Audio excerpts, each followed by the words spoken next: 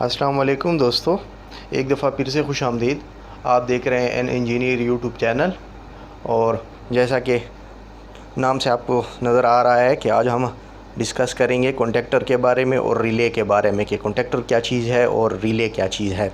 ये basically electromagnetic contactor या electromagnetic relay, इसमें हम जो डिफिनीशन करेंगे या फ़र्क ज़ाहिर करेंगे, ये एक पावर के लिए इस्तेमाल करते हैं और दूसरी जो है वो हम कंट्रोल के लिए इस्तेमाल करते हैं। अगर हम ज़्यादा करंट के लिए इस्तेमाल करते हैं या ज़्यादा पावर के लिए इस्तेमाल करते हैं, फिर हम ये कॉन्टेक्टर इस्तेमाल करते हैं। ये 3 किस्म के कॉन्टेक्टर हमारे पास है। अगर हम इस्तेमाल करते हैं कंट्रोल के लिए या लो पावर के लिए, तो हमारे पास ये मुख्तलिफ़ किस्म के ये रिले इस्तेमाल किए जाते हैं। ये भी है, ये भी है। इसको हम SSR भी कहते हैं, यानी सॉलिड स्टेट रिले। ये भी रिले की एक किस्म है। तो आइए चलते हैं हम अपनी वीडियो की तरफ। तो सबसे पहले हम इसका सर्किट डायग्राम ड्रा करते हैं कि हमारे पास इसका सर्किट डायग्राम किस तरह होता है। हमारे पास मैग्नेटिक कॉन्टेक्टर में नॉर्मली तौर पर, यानी आम तौर पर 3 पॉइंट्स होते हैं। ये वाला और ये वाला, ये 3 पॉइंट L1, L2, L3 के नाम से मैंने यहाँ पर ड्रा किए हैं। और इसकी जो आउटपुट होती है वो T1, T2 और T3 के नाम से। इसके काम करने का तरीका ये है, जैसे कि ये 3 पॉइंट से आपको ज़ाहिर लग रहा है कि ये हम 3 फेज़ के लिए इस्तेमाल करते हैं। इसको हम सिंगल फेज़ के लिए भी इस्तेमाल कर सकते हैं। सिंगल फेज़ के अपने भी आई हुई है, लेकिन हम इसमें भी इस्तेमाल कर सकते हैं, कोई मसला नहीं है। बेसिकली जो इसमें मेन फ़र्क है वो इसके लिहाज से है। ये इसके कॉइल है और कॉइल को हम डिनोट करते हैं उनके मुख्तलिफ वोल्टेज के हिसाब से। अगर यहाँ पर ये कॉइल बना हुआ है 220 वोल्ट के लिए, तो हम कहते हैं कि इसके कॉइल वोल्टेज जो है वो 220 वोल्ट है। अक्सर के साथ इस तरह कॉइल भी बना होता है, ये कॉइल की सिंबल है, तो इसके कॉइल वोल्टेज 220 है। अब ये कॉइल वोल्टेज का मतलब ये होता है कि हम लो पावर से, कॉन्टेक्टर का जो मेन काम है या रिले का, कि हम लो पावर से हाई पावर को कंट्रोल करते हैं। A1 और A2 के ऊपर, एक के ऊपर हम न्यूट्रल देंगे और एक के ऊपर हम फेज़ देंगे, तब ये मैग्नेट बनेगा। और मैग्नेट जब ये बनेगा तो ये इस पतरी को अपनी तरफ खींचेगा, जिसकी वजह से ये पतरी यहाँ इसके साथ लग जाएगी, कंटिन्यूटी बना लेगी, ये यहाँ पर और ये यहाँ पर।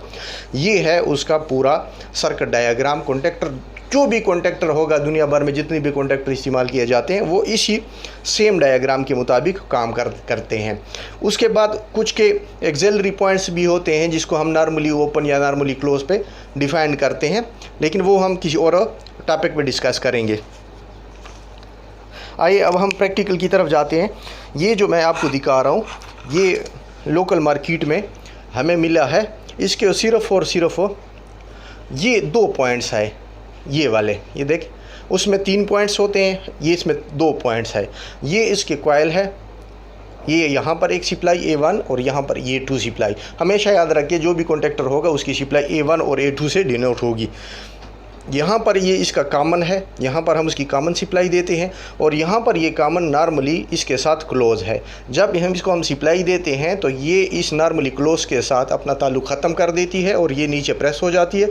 जो नॉर्मली ओपन है उसके साथ अपना कॉन्टैक्ट बना देती है और वो नॉर्मली क्लोज़ हो जाती है। ये देखें कॉन्टैक्ट, ये देखो, जब ये इस तरह मैग्नेट बन जाता है तो ये नीचे आ जाती है और नीचे वाले के साथ कॉन्टैक्ट बनाती है। जैसे ही इसकी सप्लाई चली जाती है या हम डिस्कनेक्ट कर लेते हैं, ये दोबारा फिर वापस चली जाती है। तो ये है 2 फेज़ के लिए या सिंगल फेज़ के लिए, सॉरी। अब हम इसको चेक करेंगे। हमारे पास सीरीज़ लैंप है, तो ये हमने यहाँ पर एक A1 पे और एक A2 पे, ये देखें, ये इस तरह काम करती है।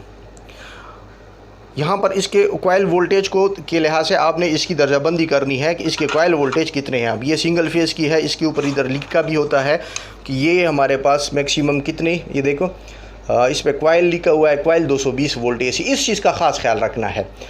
तो ये 220 वोल्ट पर इसका कॉइल ऑपरेट होता है। बाकी जो इसके कॉन्टैक्ट्स है उसकी मैक्सिमम करंट गुजारने की सलाहियत 80 एम्पियर तक है, अगर 250 वोल्ट AC सप्लाई गुजर रही है या अगर 28 वोल्ट DC गुजर रही है, और ये मतलब है 60 डिग्री टेम्परेचर तक काम करती है।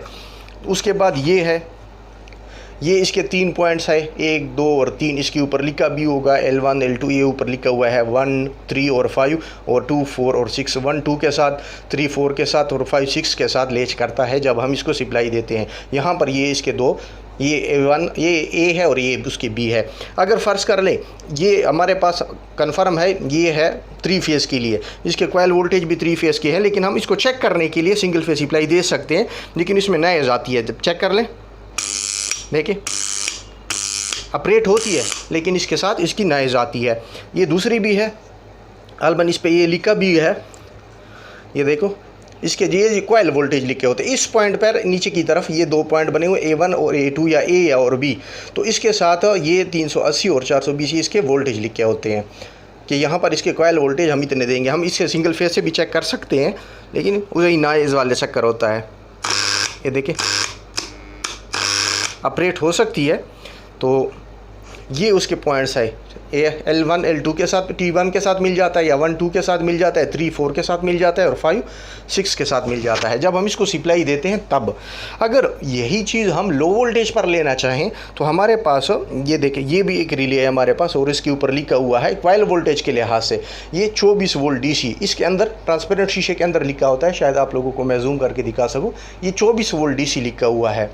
तो ये 24 वोल्ट के ऊपर ऑपरेट होती है। और ये जो 2 पॉइंट है ये A1 और A2, और बाकी जो है इसमें एक कॉमन होता है, नॉर्मली इसके साथ क्लोज होता है। जब ये ऑपरेट हो जाती है तो ये इसके साथ क्लोज हो जाता है, इसके साथ अपना ताल्लुक़ ख़त्म कर देता है। ये बेस माउंटेड रिले है। इसके साथ ये हमारे पास एक फाइंडर की पड़ी हुई है, इसमें ये DTD यानी डबल पोल डबल थ्रू वाला सिस्टम है।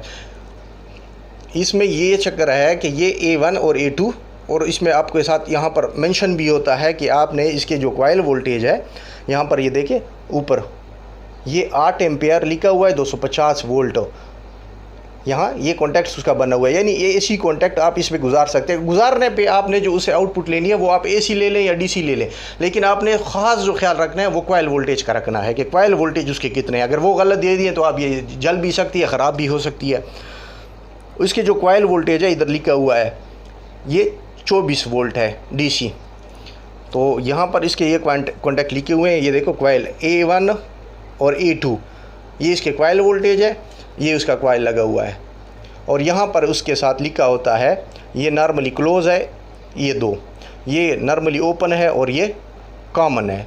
यानी ये कॉमन और नॉर्मली क्लोज पहले से नॉर्मली हालत में शार्ट होते हैं। जब हम इसको ऑपरेट करते हैं तो ये नॉर्मली क्लोज से नॉर्मली ओपन की तरफ आ जाते हैं और नॉर्मली ओपन वाले क्लोज़ हो जाते हैं, जो क्लोज़ होते हैं वो ओपन हो जाते हैं। ये इसके काम करने का तरीका है। इसमें आप अलग अलग 2 सर्किट इस्तेमाल कर सकते हो।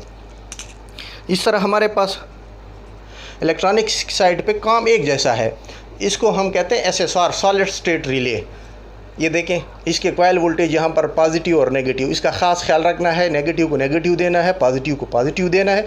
मैग्नेटिक कॉइल में आप A1 और AB को, A2 को या A1 A2 को आप कोई भी वोल्टेज नेगेटिव और पॉजिटिव में कोई फ़र्क नहीं है, कोई भी दे सकते हैं। लेकिन जब DC की बात आ जाती है तो DC में आपने इस चीज़ को ख़ास ख्याल रखना है कि नेगेटिव को नेगेटिव और पॉजिटिव को पॉजिटिव। और यहाँ पर ये देखें ये साइकिल बना हुआ है AC का, यानी यहाँ पर आप AC सप्लाई गुजार सकते हो। एक पॉइंट पर आप सप्लाई दोगे, जब आप यहाँ पर DC सप्लाई मुकम्मल दे दोगे तो ये दूसरी पॉइंट पर AC आपको आउटपुट में फ़राहम करना शुरू कर देगी। ये भी उसी की किस्म है, लेकिन इसमें सिर्फ नॉर्मली ओपन है, जब सप्लाई दोगे तो नॉर्मली क्लोज़ हो जाती है। तीसरा पॉइंट नहीं है, कॉमन पॉइंट उसका एक है और एक दूसरा नॉर्मली ओपन है, जब सप्लाई दोगे तो नॉर्मली क्लोज़ हो जाता है। इसमें ये देखें, इसमें ये जो अलग 2 बने हुए हैं ये DC के हैं, यानी कॉइल के हैं। बाकी ये सेंटर वाला कॉमन होता है, ये इसके साथ ये नॉर्मली ओपन है, इसके साथ ये नॉर्मली क्लोज़ है। मतलब ये दोनों पॉइंट्स आप उसमें इस्तेमाल कर सकते हो।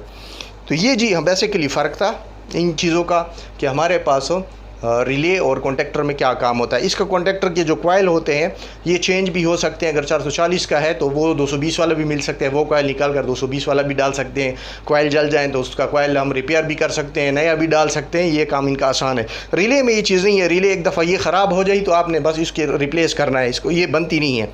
ये भी इसी तरह है। हाँ, ये जो है ये माउंटेड बेस है, अगर ये रिले ख़राब हो जाए तो आप ये रिले निकाल कर इसकी जगह दूसरी रिले रिप्लेस कर सकते हैं। ये इसका बेस है, ये इसमें एक आसानी होती है। ये जो है ये जो है ये ख़राब हो जाए तो इसको आपने सिर्फ रिप्लेस करना, इसकी जगह आप ये चेंज कर सकते हैं। और अगर बेस ख़राब हो जाए या शार्ट हो जाए या उसकी टर्मिनल जल जाए तो आप इसकी बेस भी चेंज कर सकते हैं। तो कोशिश हमने की है कि हम यहाँ पर आपको पूरी तफसील से बता सकें। अगर वीडियो पसंद आई है तो लाइक करें, सब्सक्राइब कर लें चैनल को, ताकि आने वाली हर वीडियो आप तक आसानी से मिलती रहे। और बेल के आइकन को भी क्लिक कर लें ताकि नोटिफिकेशन भी मिलती रहे। और अगर किसी चीज़ की समझ ना आई हो तो आप कमेंट सेक्शन में कमेंट कर सकते हैं, इंशाल्लाह मैं जल्द रिप्लाई दूँगा। थैंक यू जी, अपना ख्याल रखें। अल्लाह हाफ़िज़।